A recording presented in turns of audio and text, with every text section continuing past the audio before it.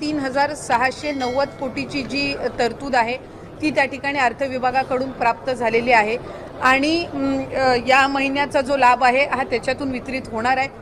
आणि एकूण खर्च आतापर्यंत किती झालेला आहे? साधारणपणे 2025च्या ऑगस्टमध्ये आपण ई-केवायसीची प्रक्रिया सुरू केली आणि त्या ई-केवायसीच्या प्रक्रियेमध्ये आपण 6 महिन्याची मुदत, पहिल्या कालावधीमध्ये 1 महिना, नंतर आणखी विनंती आली, आणखी 2 महिने, त्याच्यानंतर आणखी 2 महिने आणि मग शेवटचा डिसेंबर 31 पर्यंत आपण ई-केवायसीची मुदत दिली होती। त्यानंतर सुद्धा ज्यांनी ई-केवायसी 31 डिसेंबरपर्यंत केलेली आहे पण त्यांच्या ई-केवायसीमध्ये काही त्रुटी राहिलेल्या आहेत, आपण त्यांना सुद्धा ते दुरुस्त करण्याच्या दृष्टिकोनातून एप्रिल महिन्यापर्यंत त्यांना संधी दिली आणि 31 ई-केवायसीची प्रोसिजर साधारणपणे न केलेल्या महिला जवळपास 60 लाखापेक्षा अधिक आहेत, ज्यांनी कधीच ई-केवायसी ही या योजनेअंतर्गत केलीच नाही।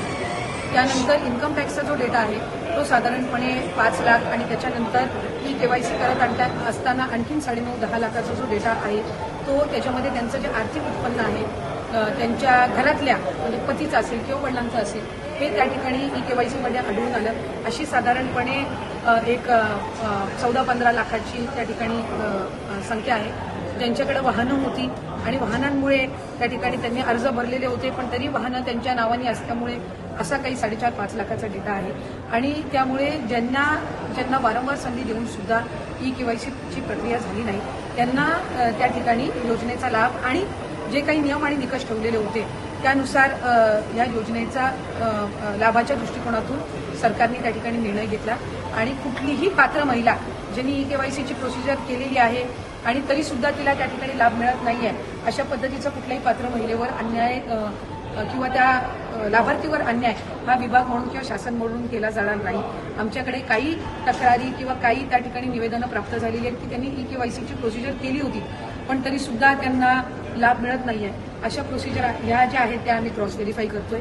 ज्यांनी संजय गांधी निराधार योजना आणि लाडकी बहीण योजना दोन्हीचे अर्ज भरलेले होते आणि दोन्हीकडूनही त्यांना जर लाभ मिळत नसेल तर त्यांना दोन्हीपैकी एका तरी योजनेचा लाभ हा देण्याच्या दृष्टिकोनातून सुद्धा जे काही क्रॉस व्हेरिफिकेशन आहे ते सुरू आहे आणि एक कुठलं तरी चॅनल माध्यमांच्याकडे आणि काही आर्टिकल्समध्ये सुद्धा आलेलं आहे की एकट्या बीड जिल्ह्यामधून 28 लाख महिला अपात्र झालेल्या आहेत। खरं तर बीड जिल्ह्याची लोकसंख्या जवळपास 30-32 लाख आहे तर त्याच्यातल्या 30-32 लाख लोकसंख्या असलेल्यामधले 28 लाख हे कसे काय अपात्र होऊ शकतात।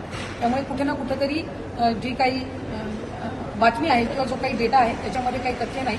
बीड जिल्ह्यामध्ये साधारणपणे रजिस्ट्रेशनमध्येच जवळपास रजिस्ट्रेशन करतानाच 6-6.5 लाख काहीतरी रजिस्ट्रेशन होतं आणि त्याच्यातल्या पात्र ठरलेल्या या सुमारे 4 का 4.5 लाख महिला आहेत आणि त्यांना लाभ हा सुरू आहे। 9 लाख आकडा जो सांगितला जातो याच्यामध्ये काय तथ्य आहे? मुख्यमंत्री म्हणाले होते जवळपास 81 लाख, त्याच्यामध्ये 12 लाखाची वाढ झाली आहे का जे सांगितली जाते? त्याच्यामध्ये वाढ झालेली नाही। टोटल जे रजिस्ट्रेशन झालेलं होतं ते 2,63,00,000 होतं जे सुरुवातीला झालेलं रजिस्ट्रेशन होतं आणि त्याच्यातूनच ज्या पात्र आहेत त्या साधारणपणे जो आकडा होता तो 2,43,00,000 आणि 2,47,00,000 होता। हे टोटल जे रजिस्ट्रेशन आहे ते जर आपण धरलं आणि हा आता जो लाभार्थ्यांचा जो फायनल आकडा धरला तो हा टोटल मिळून हा साधारणपणे तो आकडा जो आहे तो 90-92 लाखापर्यंत जातो।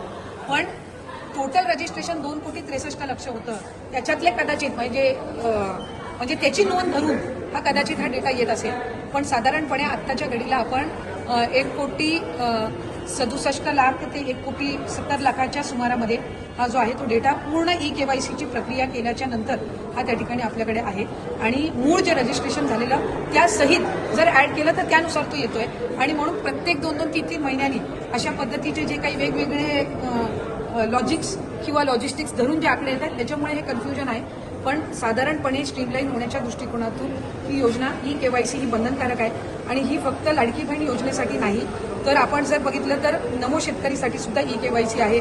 मदत पुनर्वसनमधून आपण जो काही नुकसान भरपाई देतो त्याला सुद्धा ई-केवायसी ही कंपल्सरी आहे। ज्या डायरेक्ट डीबीटी स्कीम्स आहेत डायरेक्ट बेनिफिशरी ट्रान्सफरच्या स्कीम्स आहेत त्या सगळ्यांमध्ये ई-केवायसी ही कंपल्सरी आहे। पहिल्यांदाच ही प्रक्रिया होत असल्यामुळे त्या संदर्भामध्ये काही शंका कुशंका होत्या पण आता पूर्ण त्या स्ट्रीमलाईन झालेल्या असून ज्या पात्र लाभार्थी आहेत त्यांना आम्ही त्या पद्धतीने तो लाभ देत आहोत आणि ज्यांच्या तक्रारी आलेल्या आहेत आमच्याकडे की ई-केवायसी करून सुद्धा त्यांना लाभ मिळत नाहीये किंवा त्यांना त्या संदर्भातली शहानिशा करून जर ई-केवायसी करून त्यांना खरंच मिळत नसेल आणि त्या पात्र असतील तर त्या पद्धतीनं कारवाई केली जाईल. पण ई-केवायसी करून सुद्धा जर या दुसऱ्या म्हणजे समजा त्यांची वाहनं असेल किंवा इन्कम टॅक्सच्या याच्यामध्ये ते बसत नसतील किंवा दुसऱ्या कुठल्या स्कीममध्ये ते कुठला लाभ घेत असतील आणि त्या कारणाने असेल तर स्वाभाविकरित्या त्यांना त्या ज्या दुसऱ्या स्कीमचा लाभ सुरू जाईल, पण लाडकी बहीणचा त्यांना त्या पद्धतीनं तो लाभ काही पुढे कंटिन्यू होणार. आतापर्यंत किती रक्कम जी आहे ती महिलांना गेलेली आहे? एक्झॅक्ट आकडा किती आहे ज्या पात्र होत्या आतापर्यंत? अपात्र महिलांची आतापर्यंतची संख्या किती आहे आतापर्यंत? अपात्र महिलांची साधारणपणे मी पात्र महिलांची तुम्हाला सांगते की 1,67,00,000 इतकं आपण जे लास्ट डीबीटी केलेलं आहे ते सुमारे त्या याचं गेलेलं आहे. म्हणजे ई-केवायसीची प्रक्रिया पूर्ण झाल्याच्या नंतर ज्यांनी ई-केवायसी केलेली नाही किंवा जे इन्कम टॅक्सच्या याच्यामध्ये जो काही डेटा आम्हाला तिथून मिळाला त्यानुसार जो इंटिग्रेट केलेला डेटा असेल, आरटीओकडून जो मिळाला त्यानुसार जो इंटिग्रेट केलेला डेटा असेल किंवा ज्यांनी ई-केवायसीची प्रोसिजरच त्या ठिकाणी फॉलो केलेली नाही, ह्या सगळ्याच्या अंतिम आलेले जे पात्र लाभार्थींची आहे ती साधारणपणे 1,67,00,000 अशा सुमारास आहे. जे पुरुष होते जे लाभ घेत होते त्यांच्याकडनं पैसे रिटर्न द्यायला सुरुवात केली आहे का? पैसे रिकव्हर करण्याच्या दृष्टिकोनातून विभागाच्या वतीने जो प्रस्ताव आहे तो आम्ही त्या ठिकाणी केलेला आहे. जे शासकीय कर्मचारी होते त्यांच्या संदर्भातली जी प्रक्रिया आहे ती साधारणपणे 8-10 महिन्यापूर्वीपासूनच सुरू झालेली आहे आणि ती मूळ फायनान्शियल ट्रेजरीमध्ये जी त्यांनी एक सेपरेट त्याच्यामध्ये अकाउंट करून दिलेली आहे ती त्याच्यामध्ये जमा होत असते, ती विभागाकडे परत जमा होत नसते. आणि जसा राज्याचे मुख्यमंत्री देवेंद्र फडणवीस साहेबांनी सुद्धा काही दिवसांपूर्वी सांगितलं की जे पुरुष आहेत आणि ज्यांनी महिलांच्या नावाने लाभ घेतलेला असेल त्यांच्याकडून जी काही रकमेची वसुली केली जाणार आहे त्याची प्रक्रियेची जी काही आहे शेवटचा प्रश्न आहे, 1 मे केसेस करणार का? आणि 1,500 रुपयाची आपण घोषणा शिंदे साहेबांनीच केलेली आहे, 2,100 रुपये करणार, तर ते 2,100 रुपये या आर्थिक वर्षात आपण करणार का पुढच्या आर्थिक वर्षात करणार? की बहीण योजनेचे ॲप्लिकेशन सर ज्याचा उल्लेख आपण आकडेवारीचा केला, ॲपवर साधारणपणे 1,34,85,000 इतके ॲप्लिकेशन्स आहेत आणि पोर्टलवर ज्याचा आकडेवारीचा आपण उल्लेख केला ते 1,06,00,000 असं दोन्ही बायफर्केशननी हे 2,43,00,000 आहेत. आणि ते आकडे आत्ताही आपल्याला ॲप आणि पोर्टलवर दोन्हीवरही आपल्याला हे पाहायला मिळतात. मी ह्याची कारण आपण रजिस्ट्रेशन करताना ज्यांना ॲप सोयीस्कर पडतो त्यांना ॲप, ज्यांना पोर्टल सोयीस्कर पडतो त्यांना पोर्टल, अशा पद्धतीनं आपण दिलेलं आहे. मी साहेब या संदर्भातली आपल्याला सविस्तर माहिती ही त्या ठिकाणी ठेवते आणि त्याच्यामुळे लाभार्थ्यांची संख्या ही व्यवस्थित रजिस्टर्ड पद्धतीनं आहे. दुसरी महत्त्वाची गोष्ट म्हणजे जी काही रिकव्हरीची प्रक्रिया आहे, ज्या सरकारी कर्मचाऱ्यांनी त्या ठिकाणी लाभ घेतलेला आहे ती 2 महिन्याच्या आत पूर्ण केली जाईल. 12,000 का 12,500 जे पुरुष लाभार्थी सुद्धा जे दाखवण्यात आलेले आहेत स्क्रुटिनीमध्ये, त्या संदर्भामध्ये सुद्धा क्रॉस व्हेरिफिकेशन करून त्याच्यातले किती जेन्युइन बेनिफिशरीज आहेत, किती फेक बेनिफिशरीज आहेत या संदर्भातली हे करून त्या संदर्भातली चौकशी करून त्यांच्यावर कडक कारवाई केली जाईल.